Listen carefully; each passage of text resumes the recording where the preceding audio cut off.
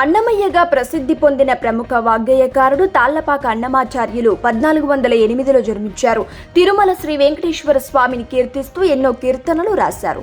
భారత స్వాతంత్ర సమరయోధుడు, సామాజిక కార్యకర్త గోపాలకృష్ణ గోఖలే 1866లో జన్మించారు. బ్రిటిష్ విధానాలను తీవ్రంగా వ్యతిరేకించి భారతీయులలో జాతీయతా భావాన్ని పెంపొందించేందుకు ఈయన ఎంతో కృషి చేశారు.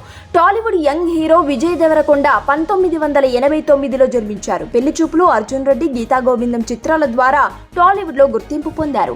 భారత స్వాతంత్ర సమరయోధురాలు, సంఘ సంస్కర్త, రచయిత్రిగా దుర్గాబాయి దేశ్ముఖ్ 1981లో తుదిశ్వాస విడిచారు.